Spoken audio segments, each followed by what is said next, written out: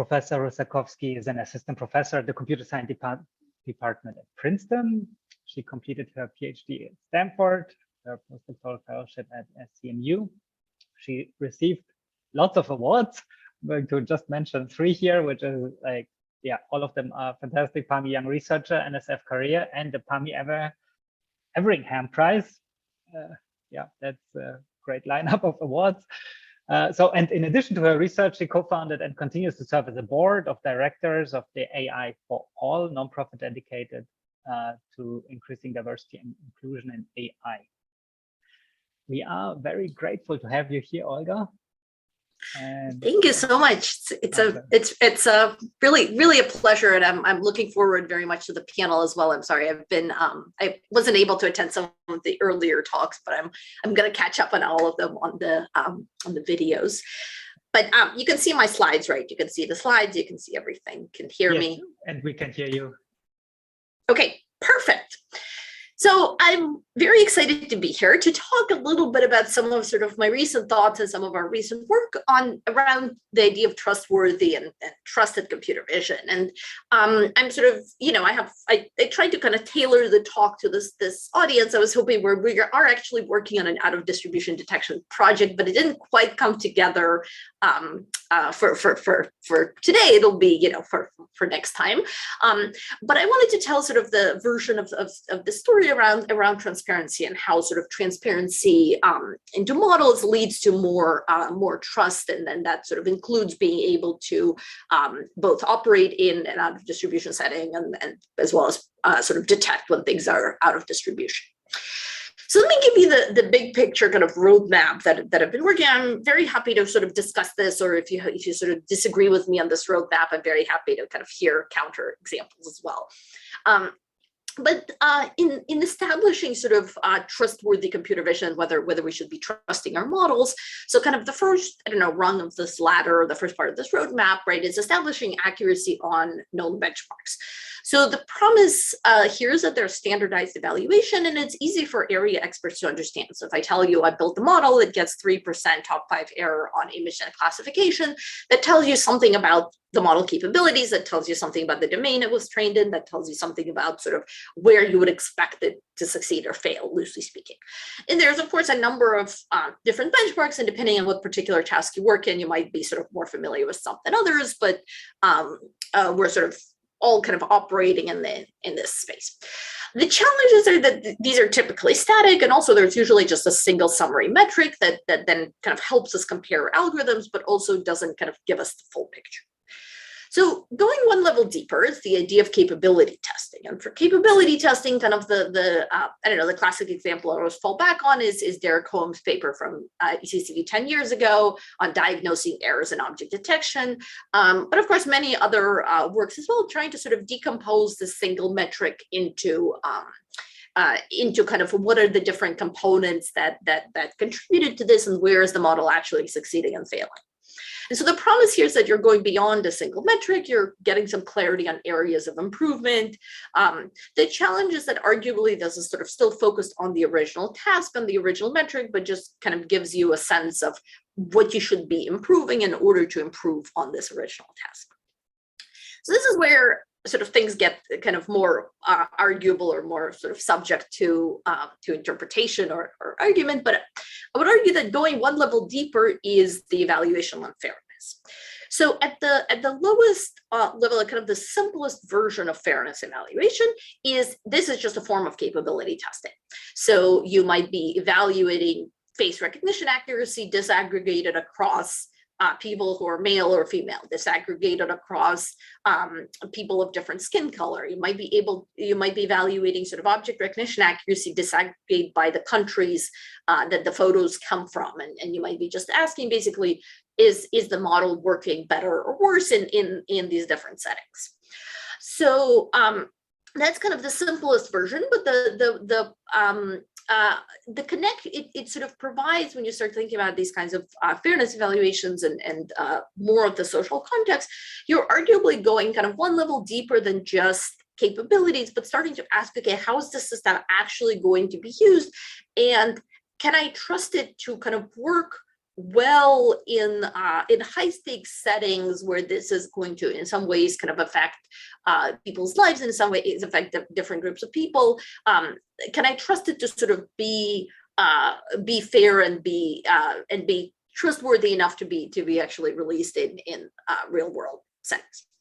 And so the promise of fairness evaluation, right, is that it kind of connects to the social context. You're starting to move outside of just the pure technical computer vision space into the broader considerations, and starting to think beyond just accuracy.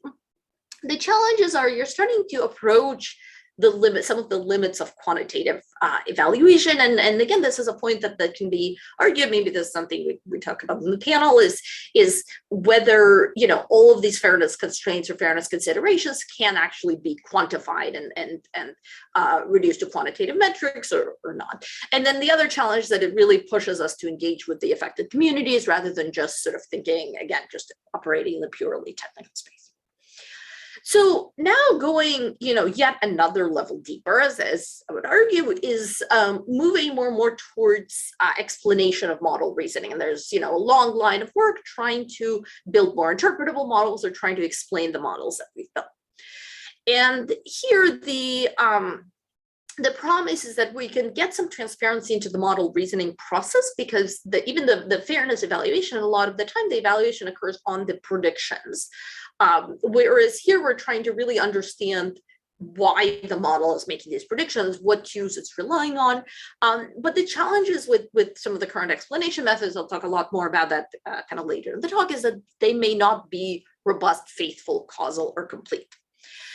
And then finally, there's the sorry, I actually can't see this part of my slide, but I remember the final bit is sort of the human interaction. The videos are obscuring that part of the slide, but basically you're moving into the allowing the connection with the individual people to actually play around with these systems, and sort of you're establishing trust by being able to stress test it yourself. So for your unique application, for your unique setting, whether the model actually is working.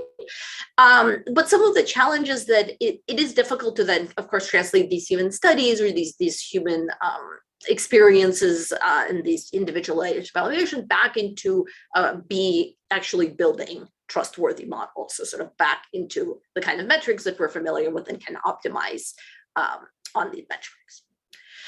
So this is kind of the big picture overview. And when I look at some of the work that we've published in my lab over the past year, so that has come out either sort of published in 2022 or come out in archive, it spans this range from benchmarks all the way to human interaction. And so as I mentioned in the beginning, I will sort of talk through some of those, just kind of give you the bits and pieces and some of the takeaways of some of the papers that I hope may be of interest to this audience. So in telling the transparency story, that trying to understand what these models, what they're actually learning and what they're actually doing, and whether we would expect them to work well in out of distribution settings, I'm going to start over here with the capability testing. And so the kind of idea here, right, is we've all seen these graphs where years on the x-axis, accuracy is on the y-axis, things are improving, and then the question is, okay, is everything as good as it seems? And so the kind of theme, I'll talk about two papers. The theme here is going to be capability testing of the different models with automatic benchmarks. And the two papers seem like they're kind of quite different because they're tackling different tasks. They're published in different venues, but actually they're quite similar in their overall kind of philosophical approach. So the first one, the task is visual question answering. The goal is to check whether the model, check the model for self-consistency and evaluate its range of capabilities. And the contributions we build carrots, which is a consistency and robustness evaluative test suite. And then the method is we're going to do that using automatically generated questions from from visual genome. So I will say here, so I'll sort of caveat, so really these are kind of semi-automatic benchmarks because we are relying on manual annotations from visual genome. Now, given these annotations, we are generating the questions in an automatic way. So sort of our piece is fully automatic, but I will caveat that this is relying on manual annotations. And then the second paper, which I'll get to in a second. So the task is human action recognition, but the goal is again going to be, so the goal is going to be check whether the model is more focused on the human action or the background, but the method is going to be similarly sort of manipulating the data, manipulating in this case the actual videos to try to evaluate. So let's dive into the first piece on VQA. So what's the kind of core idea here? So we're trying to build a consistency and a robustness evaluation. We've got some images with associated questions. So you might ask, okay, for this image, is there a banana and a camera? For this image, are these oranges on the trees? And so imagine you have model 1 that gets both of these correct. It says yes, model 2 gets the first one correct, the second one incorrect. And so you can evaluate accuracy 100% and 50%. Okay. So now imagine you sort of manipulate some of these questions and generate kind of paired questions. So for the same image, you might ask 2 questions. So you might ask, is there a banana and a camera? Or you might flip the order of the arguments and ask, is there a camera and a banana? And for the second image, instead of saying, are these oranges on the trees? You might say, okay, do you think these are oranges on the trees?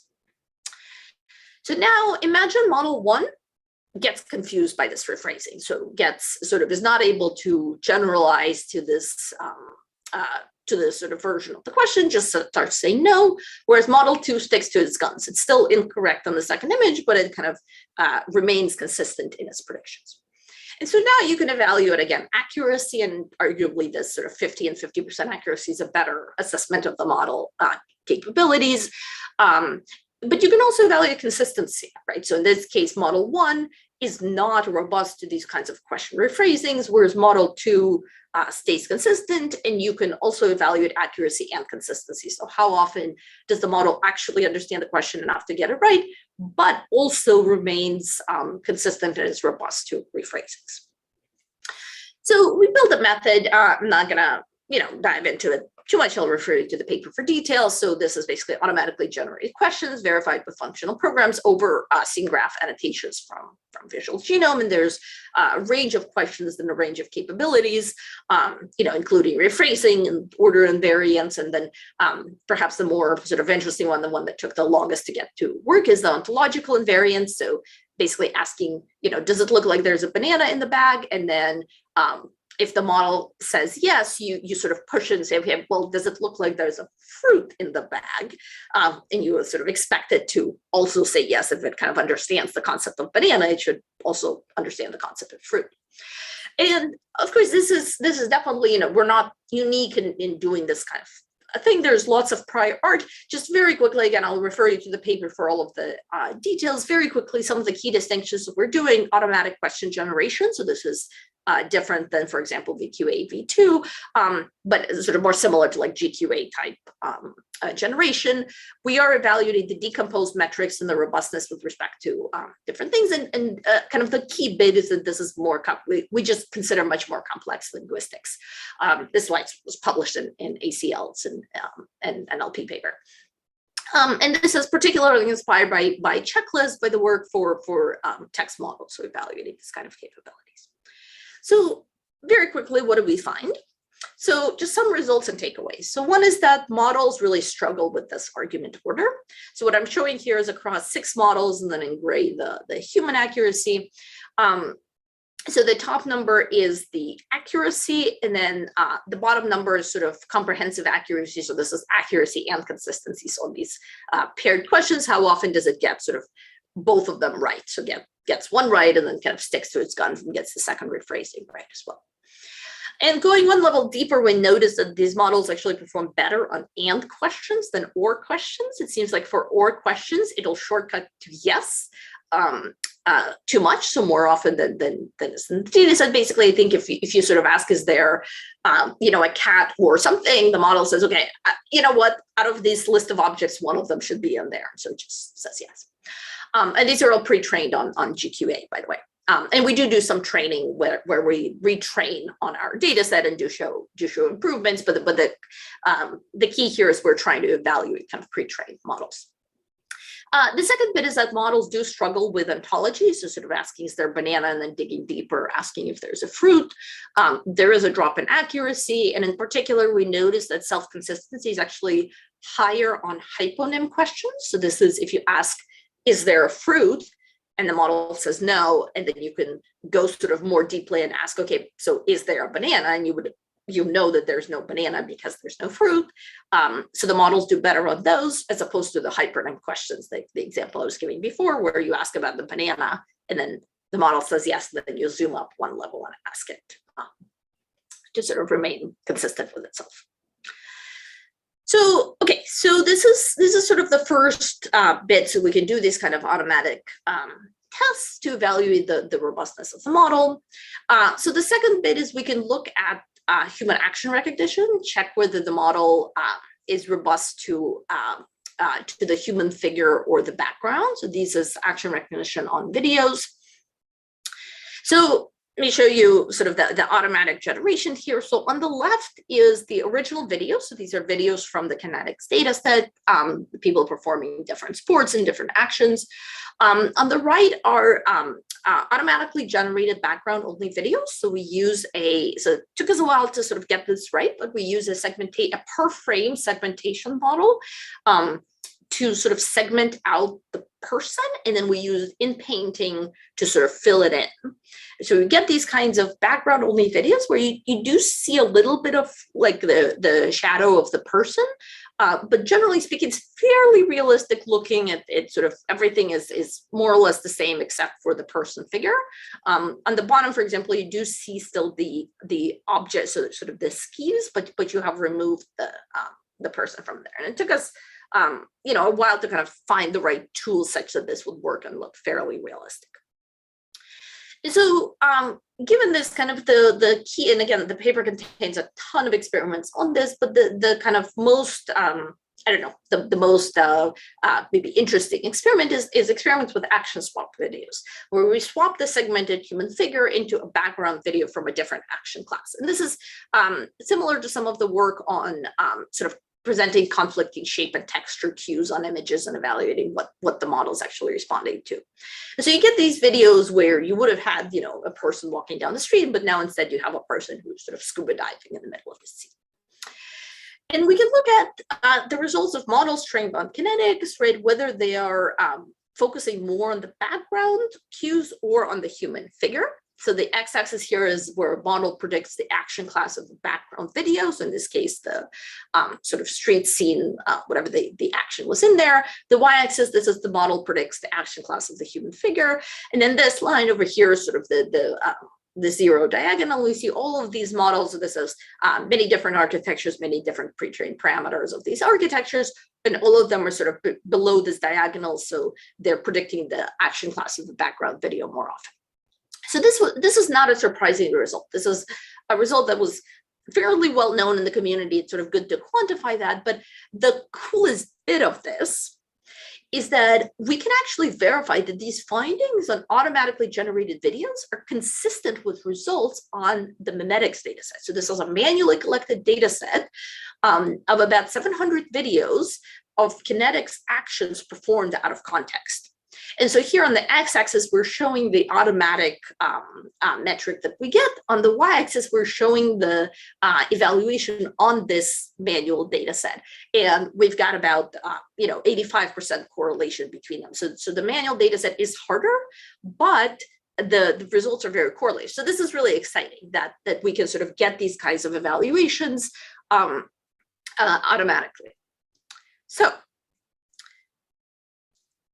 what's our kind of first tidbit or first takeaway here? So the first tidbit is that our models are not very robust. So both VQA and sort of action recognition models, but we can verify this with automatic tests. So the sort of automatic generation, benchmark generation capabilities are starting to get strong enough that we can do this. So I've kind of made a choice here not to dive into the fairness evaluation, but I'll give you a pointer for if you're sort of interested in the fairness piece. So Sammy Coelho and I did a tutorial at CVPR 2022, and now the slides and the videos are available online on algorithmic fairness, why it's hard and why it's interesting. And we sort of put a lot of content and a lot of details. They were kind of targeting folks who may not be familiar with the space but may want to learn more. But what I want to sort of spend the rest of the 10 minutes or so talking about is this piece kind of diving deeper into the transparency story. And in the transparency story, you really start to talk about some of the interpretability and trying to understand what the models are actually doing. So the context here is that many computer vision explainability methods are being developed, and one of our goals, right, is to understand what these methods can and can't do, and also whether humans actually find them useful. So there's a lot of methods that can offer local explanations. So explain why the model makes a particular decision. So there's methods like graph-thems, which likely you've heard about or used to sort of produce a heat map of what parts of the image contribute to the classification decisions. There's interpretable by design methods. So for example, BagNet, where again, it kind of produces a heat map, but it's actually done sort of by construction. It's not a post hoc analysis, but the model sort of produces, it makes classification decisions based on different regions of the image and is able to show that. And then there's prototype-based methods, which are basically methods based on templates of the image, and it's able to show you, okay, it's making this prediction, so this bird classification prediction based on particular parts of the image and how they relate to some of the training images where you do know what type of bird it is. And so the question, and there's many more, and the question is, okay, so out of all of these different methods, which one should we use and which one is actually more informative? So in evaluating the explanations and kind of determining which one is right and which one is best for your unique application, so there's been a lot of work, some of the works are doing analysis and sanity checks on these methods. And for example, saying, okay, do they reveal more than just an edge detector would reveal? What are they really saying? Are they revealing sort of saliency cues in the original image, or are they telling you something about the model? The kind of most standard evaluation is the pointing game. I think it's kind of become the default. And the pointing game, basically the key idea is you have a heat map trying to explain the model predictions. So for example, for classifying dog, you have a bounding box for the dog in the image. You say, okay, I would expect the heat map to sort of fall within this bounding box, or kind of point me to this bounding box, to the actual location of the dog. And so the pros with something like this is that it's easy. It's very clear what this metric means. It's automated. The con is that it only applies to heat maps, right? So any kind of the template-based, prototype-based explanations, you can't really explain. And the other con is that this is automatic. So that's both a pro and a con, right? We're actually not sure whether this is actually sort of consistent with what humans would need. And this is, I'm not just picking a pointing game. There's a lot of benchmarks and sort of automatic evaluations of explainability that many of which suffer sort of from these pros and cons. And there's been very much a call in this space for falsifiable and interpretability research, where we don't just look at the explanations and sort of convince ourselves that they're good, but actually try to do sort of falsifiable hypothesis testing. And so the tidbit number 2 is that we need generalizable, but also human-centered and objective evaluation metrics to make progress in explainability. And so at ECCV this year, we released a tool called Hive for evaluating the human interpretability of visual explanations. So to the best of our knowledge, we conduct the first human study on the design for evaluating 4 different interpretability methods. And in particular, I think we're the first ones for interpretable by design and prototype methods. And I think the first one to kind of compare prototype-based methods to heat map-based methods, for example. So we quantify the utility of explanations in distinguishing between correct and incorrect predictions, and quantify how users also would trade off between sort of interpretability and accuracy, and then open source all of this for reproducible research. Of course, anytime you run a human study, right, you have to pay for human workers, or you sort of have to find volunteers to do this. But hopefully, at least we've released some of the UIs and some of the sort of study design to enable this kind of testing. And so within Hive, so we're moving from sort of within method comparison, so just comparing different heat maps to each other, to more generalizable cross-method comparisons. We're moving from automatic evaluation to human-centered evaluation, and we're moving from intuition-based reasoning to trying to go towards more objective and sort of falsifiable hypothesis testing. And in particular, sort of one of the tasks that we ask of our human workers is that we have a photo, we have 4 classes, and we produce explanations for these 4 classes. So this is, an explanation for class 1, this is an explanation for class 2, and then we ask which class do you think is correct. So we're trying to evaluate whether workers, based on the explanations, get some information about what class actually sort of the model has predicted, like whether the explanation is sufficient to make this determination. And you can imagine in the same setting, you could show template-based, like prototype-based method, you could show a different version of the heat map, like you could show sort of whatever explanation you have, as long as there's as long as it's able to provide an explanation for a particular image and a particular class. So what are some of the findings? So one is on the left, examples of confirmation bias. So this is a slightly different task. So this is an agreement task. So we show the model. So on the x-axis is the different explanation methods. So we show the humans and image along with, and we say, okay, the model predicted class A, and here's the explanation for why it predicted class A. And we ask, do you think this was a correct prediction or an incorrect prediction? And on the y-axis, we're showing here the % of predictions deemed correct. So whether the model has actually made a correct prediction or an incorrect prediction, humans tend to generally agree.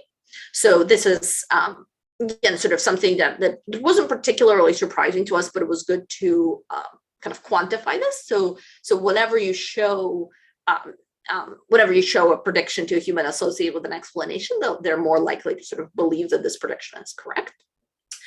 But on the graph on the right, we're actually sort of showing this distinction test that I was showing you before, where on the y-axis now, this is the mean accuracy for the distinction test. So how good is the model at actually distinguishing between these 4 possible classes? So random chances at 25% now. And then again, the 4 different methods are on the x-axis. And you can see that when the model has made the correct prediction, it is more likely that the humans would actually pick that correct prediction out of the lineup of incorrect ones. But if the model has made an incorrect prediction, the explanations sort of don't offer any insights for which prediction is actually, might have actually been correct. So so this is, and again, I'll refer you, so these were models trained on Cub, but I'll refer you, so we've got models trained on ImageNet as well in the paper, and so you can sort of read more about it. I'll give you one last kind of tidbit here, which is, I said, we can quantify the accuracy interpretability trade-off. So this is more of a kind of qualitative question to the users. So we asked, what is the minimum accuracy of a baseline model that would convince you to use it over a model with explanations? And so we kind of spell out 3 different settings of different risk levels. So low risk, so for educational purposes, medium risk for biodiversity monitoring, or high risk for veterinary medicine. And we ask sort of how much of an accuracy gain would you need to adopt a baseline model over a model with explanation. And you can see that in the high risk scenarios, of people would tend to require higher accuracy model. So there's sort of 2 directions to go from here, right? So one is to go deeper into the human studies. The other one is to go deeper into the model design. And we do both. So going a little bit deeper into the human studies. So this is a paper that's just come out of basically a qualitative study asking users, what do they actually need from these explanations? So we ran a qualitative user study to understand what are the end users' XAI needs, so explainability needs in real world applications. We focus on Merlin, which is a bird classification app, but we try to recruit sort of workers, both who are birding experts and not birding experts, as well as users who are both AI experts and non-AI experts. And so for all of those, we try to assess sort of what are their needs in real world applications? How do they intend to use XAI explanations, and how are existing XAI methods perceived by the end users? And so just sort of very quickly, the tidbits. So the big piece is that all of these users unanimously expressed the need for practically useful information that can improve their collaboration. So sort of the big tidbit and the big takeaway here is that humans are really eager for AI explanations as a path to enabling human AI collaboration. So they really want these explanations to be sort of practically actionable for them. And they intend to use them for a range of tasks, right? So determining when to trust the AI, learning to perform better on the task, so sort of learning about the birds more, supplying better inputs to the AI, so sort of how should they position the camera to, you know, how should they take a better picture in the future to be able to get a more accurate answer, as well as giving feedback to the AI developers. So folks who are domain experts really want to provide feedback based on that. And then they do prefer these part-based explanations, that sort of template-based, prototype-based explanations that resemble human reasoning over the heat maps. And of course, this is just one, you know, particular domain, but this is kind of interesting because we haven't, you know, we've been so focused on heat maps for explainability that actually, you know, this is perhaps something to revisit. So in the interest of time, I'm going to skip the next tidbit because we're sort of diving into global concept-based explanation methods. So I'm just going to skip this part. I'll post the slides, of course, online. But essentially, we've learned sort of a number of things about concept-based explanations, and kind of our biggest takeaway here is that they're highly sensitive to the choice of the probe data set. So the data set that you use to do evaluation on, the data set that you generate explanations from, you depending on which data set you choose, you get vastly different explanations for the same model. And so I will conclude here. So we've talked through sort of three tidbits and a half. The one is that the models are not very robust, and we can verify that with automatic benchmarks. We need generalizable and human-centric and objective metrics to make progress in interpretability. Humans are really eager for AI explanations as a path to enabling human AI collaborations. And then finally, these explanations are highly sensitive to the choice of the data set you use to generate. So big shout out to all of the students and collaborators on this project in particular. So Yu Wu is now a professor at Wuhan University looking for PhD students. So if you're looking, so he was one of the authors of the video action recognition analysis. And then Vikram Ramaswamy is on the faculty market this year looking for teaching faculty positions. So he's an expert in explainability and fairness. All right, happy to take questions. Thank you, Olga, for this fantastic talk. Lots of information, interesting stuff.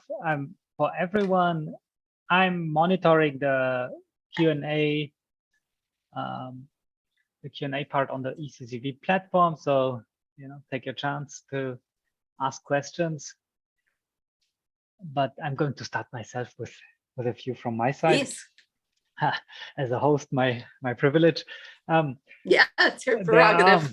I have many. I'm kind of sorting them because some of them are actually also relevant for the panel that will happen in a few minutes.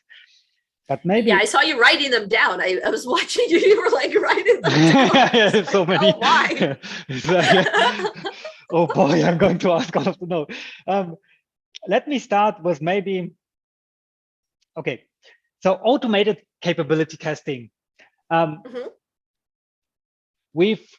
So this workshop is kind of accompanied with a challenge. We've curated a data set for out of distribution generalization. It took us forever to kind of collect data and then annotate it. And now you're saying we can get all of this with automatic testing. So I'm wondering, what do you think are the limitations of the automated tests? Well, yeah, I mean, I think all of the, both examples that I gave, right, they weren't the first ones. First, somebody went through the pain of doing the manual annotation, right? And once we've determined what is effective and what kind of data we want, what kind of stress test we want, then we were able to automate it, right? But like, to some extent, like we were, modeling ourselves after like, VQAV2 and the ECCP, like all of those sort of manual data sets, right? We were trying to basically mimic that testing, and similarly with the video, right? We're trying to kind of mimic some of the ideas out of memetics and some of the stuff that folks have done with manual data sets. So I'm actually, I'm very much a believer in the importance of data set collection. Certainly this is one way of like getting like really we need to inject our knowledge and our expertise and our insights into the data and into the evaluation frameworks and benchmarks. And once we sort of have a sense of that, then we can, work towards automating it. Do you think generative models like, those big diffusion models the can big help ones. in the very big ones, yes, can help us in any way in doing these kind of automated tests? I think so. So like that's one of the questions that I'm sort of very, very interested in, and that we're kind of starting to look at is what are the limits of those models? I'm sure they can help. I think the question is to what extent, and to what extent are there, particularly if you go into the long tail, right? If you go into those sort of rare examples, that without a doubt, right, the accuracy of these models, sort of how realistic it looks, and how faithful it is to real world long tail, that certainly the accuracy is going to drop in the tail, and yet that's probably where we want to do most of our testing. So the short answer is I don't know. I don't think we've played enough with them yet to know, but yeah, I think they can definitely help. The question is to what extent. I see that. Maybe final question before we look into the Q&A part on the platform. So explainability. I think, probably people have asked you this question already a million times.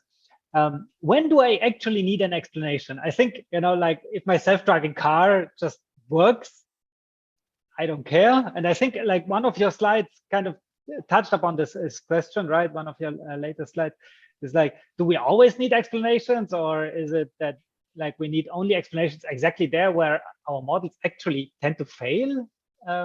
Or yeah, so I've started doing work in explanation. So Ruth Fong, who's my colleague at Princeton, who joined last year, like she is really the expert in explainability and interpretability. So it was actually really only through collaborations with her basically the last year that I've started doing this work. So I actually haven't been asked this question yet too many times. So the short answer is I think so I don't think we need it everywhere. I think there are definitely, plenty of settings where the goal is to build sort of robust models. And, in the same way that like, I don't need to understand the details of like how somebody's brain works. Like I don't need to know sort of neuroscience to trust my colleague to kind of do the right thing in the right situation. I don't need to know all of the details of their brain and neuron connections. But at the same time, I think there are without a doubt sort of settings and applications, usually kind of the ones that are more collaborative, where we really do need these explanations. And I think this is going to become more and more true as the same way that sort of the fairness evaluation becomes more and more critical as we deploy these things in sort of at scale and in more kind of consequential decision-making settings. And so we do want the explanations, but it's also very clear that the explainability field is still fairly new. I don't know if it's new. A lot of folks have been working on this for a long time, but it's underdeveloped compared to many other fields. And so for a variety of reasons, include, not the least of which is evaluation, right? Like how do you actually compare this? We don't have clear benchmarks. We don't have clear evaluation metrics. How do you sort of compete? We like to build challenges and then compete on the challenges and build benchmarks and compete on them. And we don't really have that in the explainability space. So I'm just very kind of curious about that. I'm curious, how do we bring sort of some of the same rigor and encourage some of the kind of same I don't know, intellectual excitement around this field that like we have in some of the, like we have in generative models, for example, now. Yeah, I see that. Okay, let me stop here. I have one or two more. Maybe I get to those in the panel discussion. Well, thanks so much for being so excited. It's such a it's such a pleasure to have so many questions.